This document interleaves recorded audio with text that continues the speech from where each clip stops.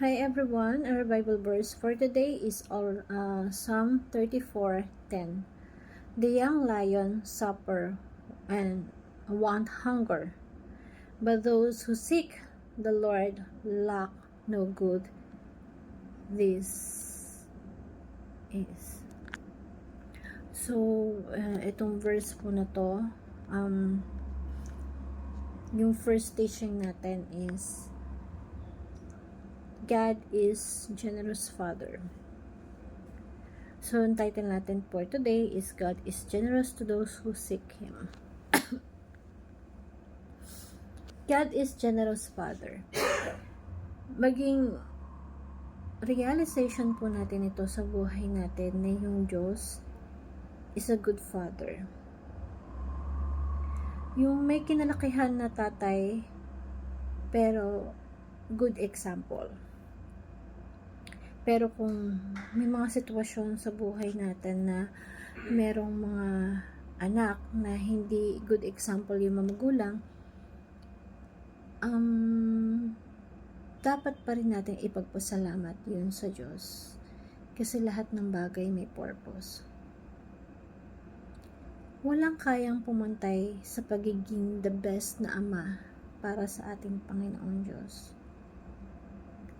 Yung ultimate Father in heaven na siyang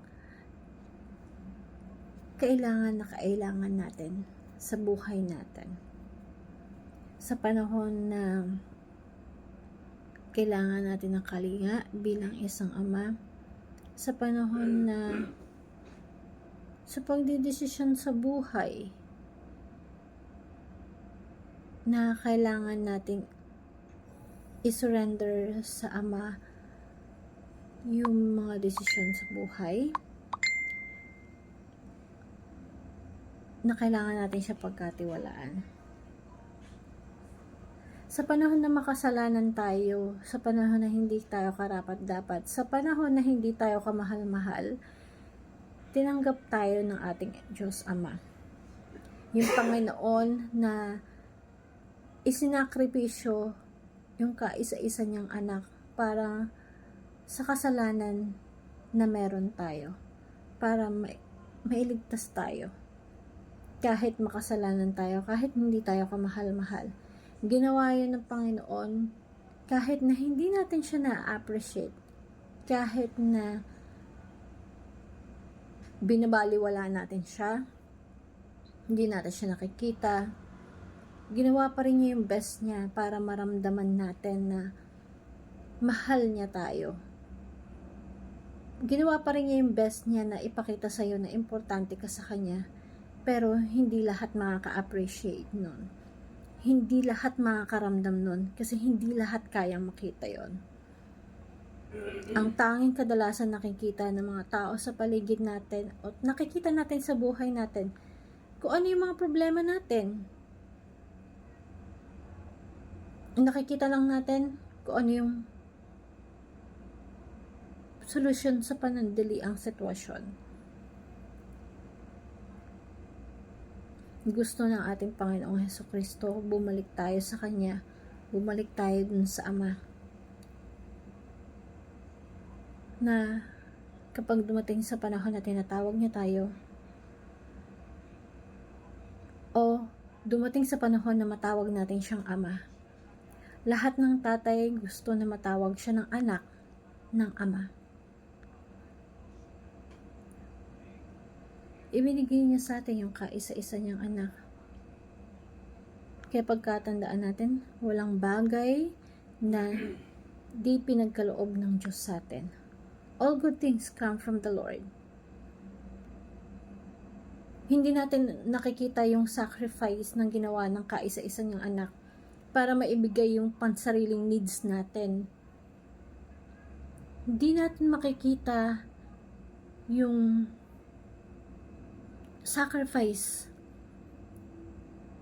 yung sakit, yung hirap, yung pagod, yung desisyon. Hindi natin makikita yun. Kasi ang iniisip lang natin, kung ano yung pansarili natin.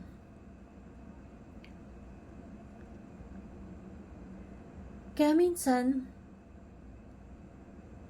Yung ibinibigay na pagpapala sa atin, withhold niyo yun. Hindi dahil hindi ka karapat-dapat, kundi dahil kailangan maging handa ka sa kung anong pinagdadasal mo. Kasi, kung hindi kayang i-manage yung pagpapala ng Diyos, hindi natin makikita yung blessings. Hindi mo makikita yung mga bagay na ibinigay sa'yo. Hindi mo makikita yung mga tao na ginamit ng Diyos para maging maayos lahat ang sitwasyon. Hindi mo makikita lahat ng kabutihan na nandyan sa paligid mo. Hindi mo ma-appreciate yun lahat-lahat.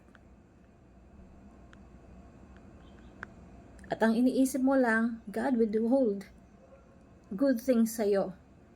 Iniisip mo, ganun talaga yung buhay. Malas yung buhay. Ganun talaga yung buhay. Pangit yung buhay. Pero hindi mo nakikita bakit ka buhay. Hindi mo nakikita bakit ka humihinga. Hindi mo nakikita kung ano pa yung bagay na ginawa sa'yo. Kasi nakataon ka lang kung ano yung mga pangit na nangyayari sa buhay mo. Bilang isang magulang, para sa kanya, ayaw niya ng ganun yung anak niya. Pero minsan, kailangan niyang ilagay ka sa ganun para matuto kang tumawag sa kanya. Kasi punong-puno tayo ng pride sa buhay natin. Yung pride na kung saan hindi naman tayo nadadala dun sa talagang buhay at pangarap ng Diyos para sa atin.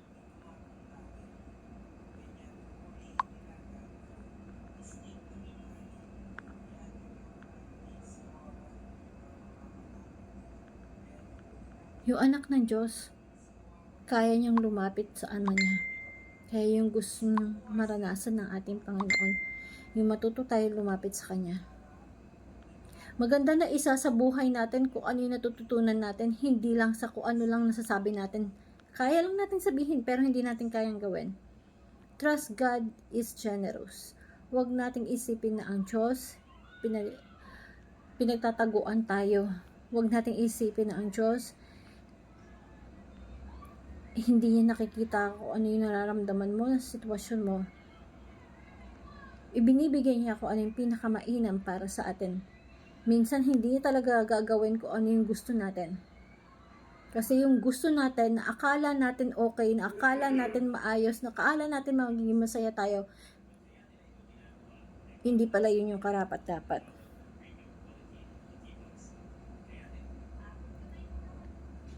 Hindi pala yun yung para sa'yo. Pero minsan pinipilit natin yung mga bagay-bagay. At dun tayo napapahamak. At dun tayo nasasaktan. Tapos at the end, sisisihin natin yung Diyos.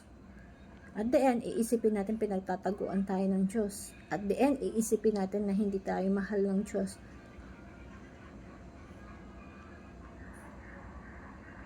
Pero gusto niya lang lumapit ka sa Kanya, humingi ka ng tulong sa Kanya. Lalo na dun sa mga panahon na hindi mo ka nakaya. Lalo na dun sa panahon na hirapan ka mag-decide.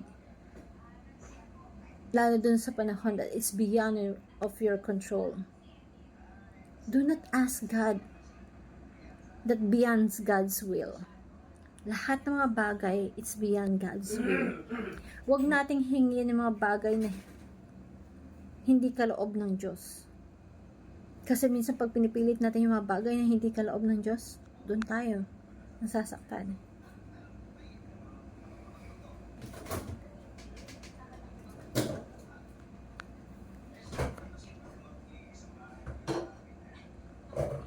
Na dapat tayo bilang isang tao, bilang isang nananalangin sa Diyos, may kakontentuhan tayo. Hanapin natin yung Diyos, huwag ang kayamanan. Hanapin natin, let's seek God, not wealth. Huwag natin hanapin yung